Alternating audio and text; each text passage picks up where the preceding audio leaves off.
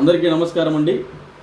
మరీ ముఖ్యంగా మన అమరావతి బిల్లు విషయంలో పార్లమెంట్లో కానీ రాజ్యసభలో కానీ చర్చకు వచ్చినప్పుడు పక్కన ఉన్న మన సోదర తెలంగాణ రాష్ట్రానికి చెందినటువంటి ఇద్దరు రాజ్యసభ సభ్యులు చంద్రబాబు నాయుడు గారు మనసు గెలుచుకొని మంచి మంచి కాంట్రాక్టులు పొందాలని వాళ్ళు మాట్లాడిన విధానం దేశ ప్రజలే కాదు రాష్ట్ర ప్రజలను గమనిస్తూనే ఉన్నారు. మరీ ముఖ్యంగా రేణుకా చౌదరి గారు మీరు మాట్లాడిన విధానం అందరూ గమనించారు. అమ్మ, మీరేమైనా ఆంధ్ర రాష్ట్రంలో ఎట్లాగూ అమరావతి పేరు చెప్పి వేల కోట్లు లక్షల కోట్లు దోపిడీ జరుగుతూ ఉంది. ఆ దోపిడీలో మేము కూడా భాగస్వాములు కావాలని ఆమె ఆ ఉద్దేశం ఉందనుకుంటా ఆమెకి.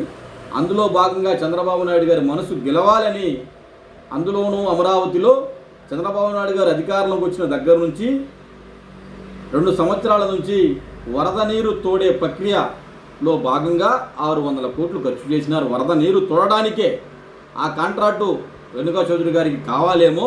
ఇంకా 3 ఏళ్ళు ఉందిగా 900 కోట్లు కాంట్రాక్ట్ కదా. అందులోనూ మా అమరావతిలో ఒక సామెత పుట్టుకొచ్చింది. బతుకు తెరువు లేని వాడు 4 మోటార్లు కొనుక్కుంటే అమరావతిలో అమరకుబేరుడు అవ్వచ్చు అనే సామెత పుట్టుకొచ్చింది.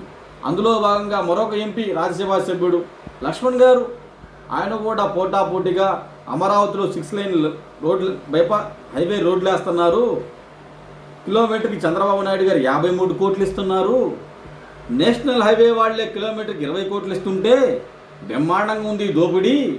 ఈ కాంట్రాక్ట్ నేను కూడా ఒక 2000 కిలోమీటర్లకి తీసుకుంటే గాను నేను కూడా అపర కుబేరుడిని కావచ్చు అనే ఉద్దేశంతో పాపం ఆయన కూడా తెలంగాణ ప్రాంతంలో ప్రజలు రాజ్యసభకు పంపిస్తే వాళ్ళ సమస్యలు గాలికి వదిలేసి అమరావతి గురించి మాట్లాడారు. పాపం ఆయన కూడా దోచుకోవాలి కదా. ఆ విధంగా ఉంది ఆయన ప్రక్రియ కూడా. మరీ ముఖ్యంగా ఈ ఇరువురు కూడా సొంత ప్రయోజనాలను పక్కన పెట్టి నిన్నగాక మొన్న అసెంబ్లీ సాక్షిగా బట్టి విక్రమార్క గారు చెప్పారు, తెలంగాణ ప్రజల దగ్గర నుంచి బీజేపీ ప్రభుత్వం రూపాయి జీఎస్టీ తీసుకుంటుంటే ఎగ్జాంపుల్గా తిరిగి పావలా ఇస్తుంది అని.